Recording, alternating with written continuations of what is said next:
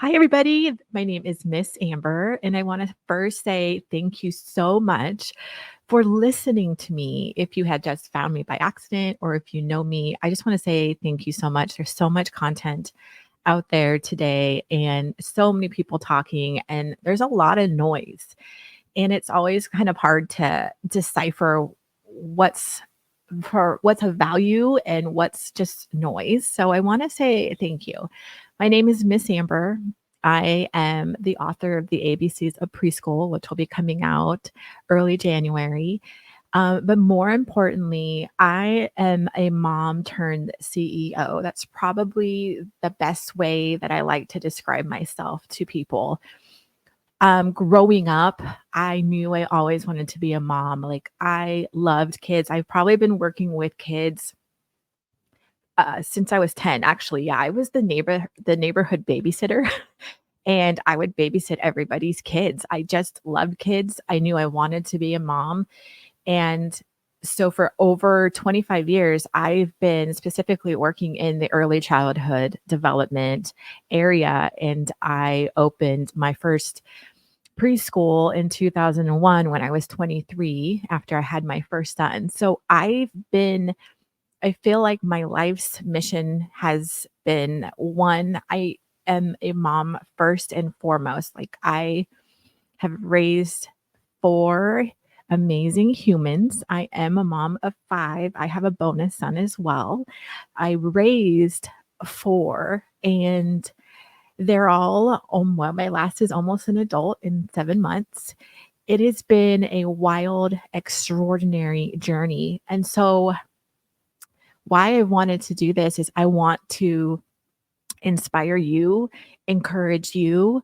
Raising kids and this beautiful years of 0 to 5 is magical. That's like the best word I can describe it. There's so much growth that happens between ages 0 and 5. So my goal for the ABCs of Preschool is really to come along and support you in your journey. Whether you are a childcare provider, you're a teacher, you're a parent, you want to be a mom, I'm here. The purpose really and the goal for the show is just to inspire you to live your best life and to come along your kids as their biggest cheerleader, right? And I think that's our goal as parents, is to be our kids' biggest cheerleaders. But the ultimate goal is for our children to fly. Like, we want them to grow up to be independent, beautiful, kind, loving human beings. So, a little bit about myself is, like I said, I first and foremost am a mom of 4 that I've raised and my bonus son. And um, I also am a business owner, and I never saw that coming for sure. When I was growing up, I knew I wanted to be a mom, and I imagined myself really. I imagine myself as a pastor's wife first, a missionary in some village, maybe, and having a ton of kids and just being a stay at home mom.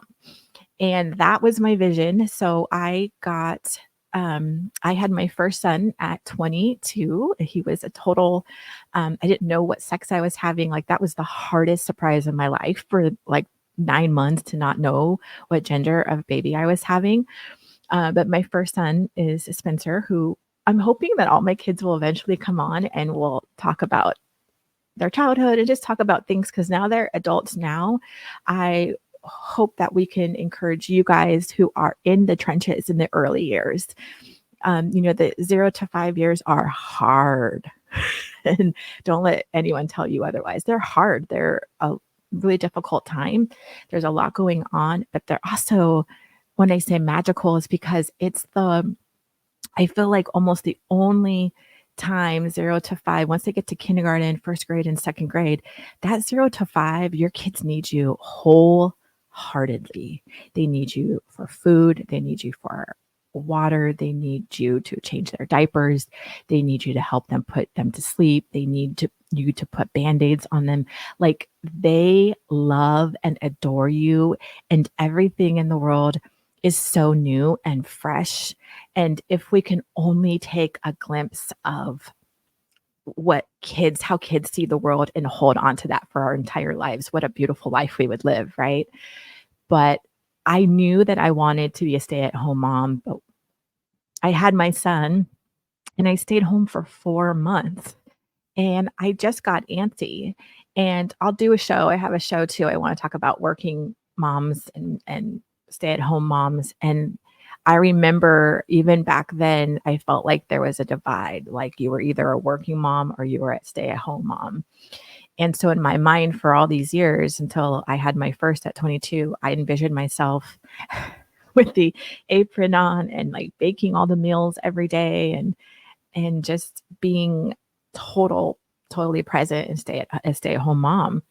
And that's just not how my life ended up.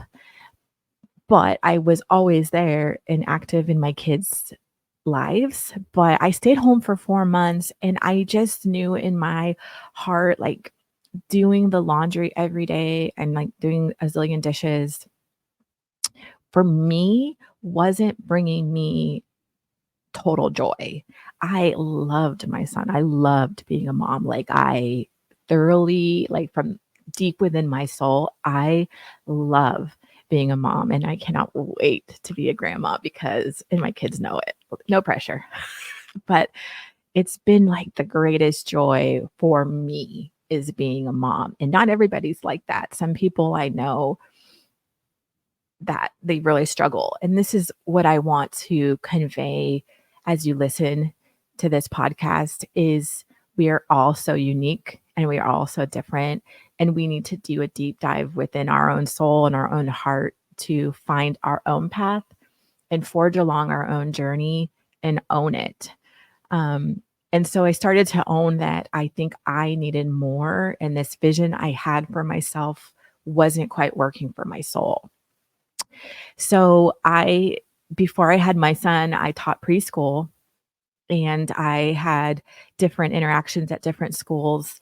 And I actually got fired from my first teaching job because I stood up for another employee. I'll probably talk about that story one day. But I went to a couple more schools and really started learning how, one, there was a lot of bad management out in childcare centers and preschools. And then one school, there was a great manager, a director. And if she ever listens to me, she was phenomenal. And I learned so much from her. So I started to have this idea when I had my son of what about if I can open my own preschool? First of all, I didn't go to college. So let me just say this. I am no psychologist. I'm not a doctor. I'm not a movie star. I'm a normal mom from the suburbs, but I am an expert in early childhood development. I have been in the field for over 25 years, and I feel like I'm an expert in motherhood because I've raised kids and they're adults now, and they're all pretty bad. Beep beep. Really proud of them. They're not perfect, and no one's perfect, but we all have to just forge our way in this life and figure it out. And I didn't have college. I never even knew. I don't even think at that time I knew what entrepreneur was. Like, what the heck is that? I wasn't raised in a home that was super college, like pro college or go run your own business. Like, that's not how I was raised. So I remember sitting at the dining room table and I believe my son was about 4 months old and I started sketching on a white paper of like numbers. If I ran a school this way, I could maybe make, X amount of dollars. And we were also in a position where I really fully couldn't stay at home because we just weren't really we were struggling. We were poor, poor, poor. We were struggling.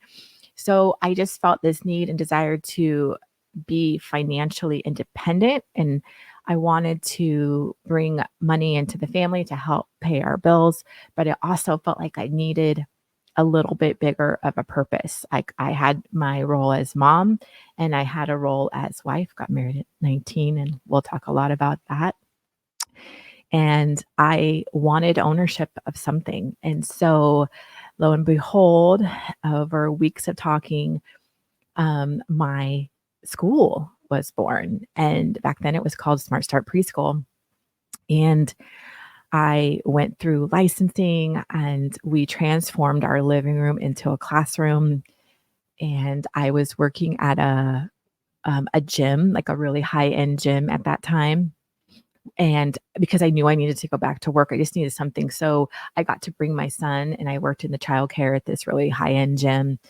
And this little seed of an idea of this school, of starting my own school, I put the time and effort in and I started watering that seed and it started turning into something really cool.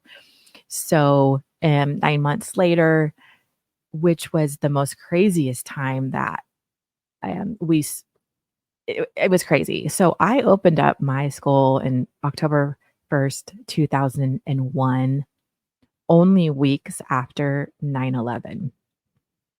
So I was early pregnant with my second. So s- my oldest son was 7 months when I found out I was pregnant with baby number two.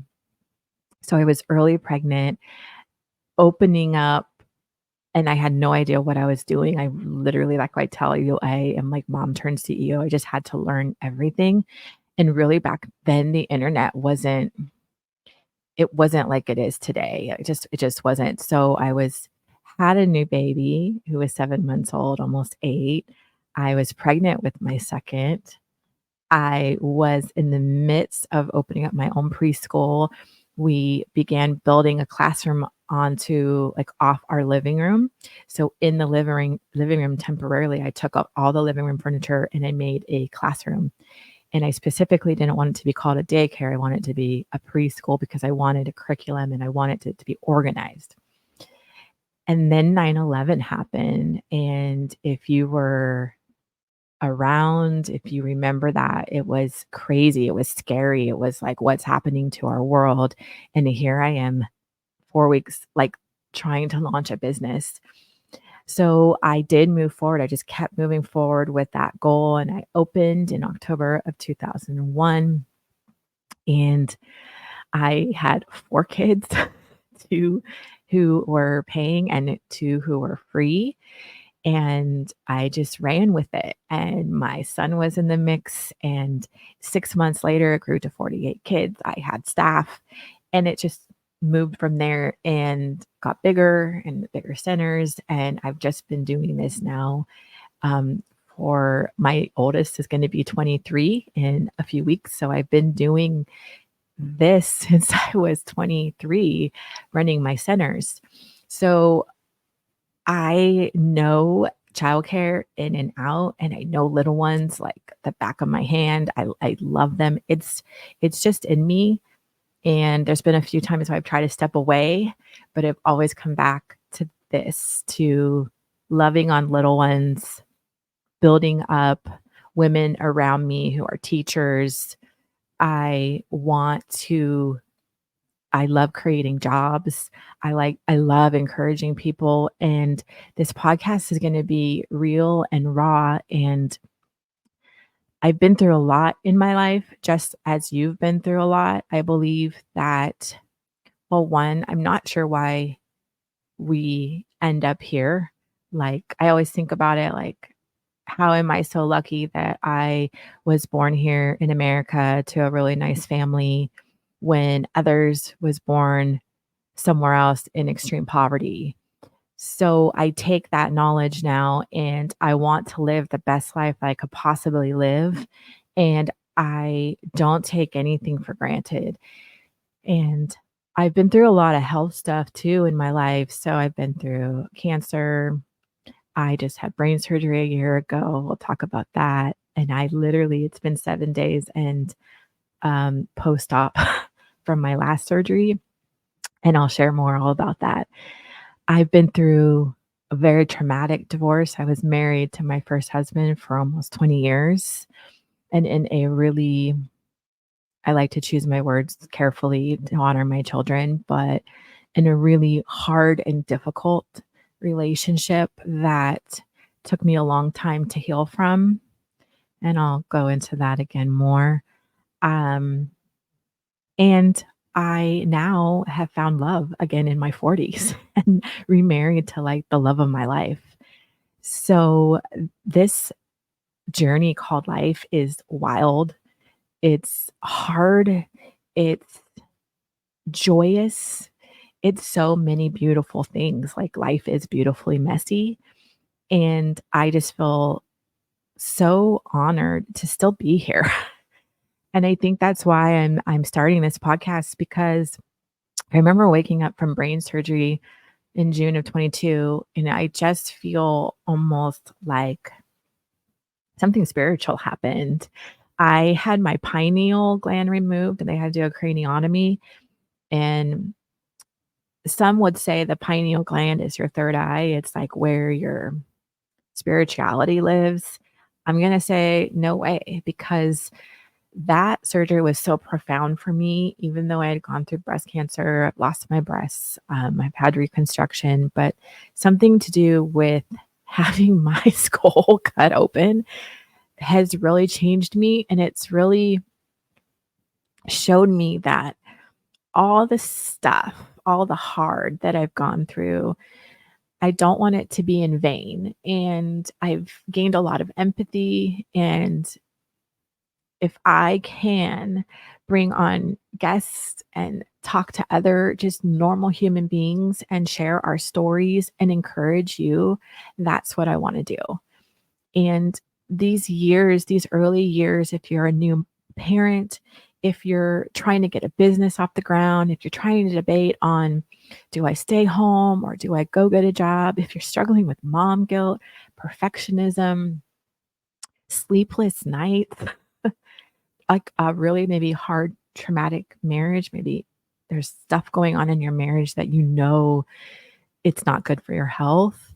If you're struggling with divorce or just wherever you are, there's been other people in your place. And I just want to be an encouragement, because as a parent, these early years are magical, but they're really difficult.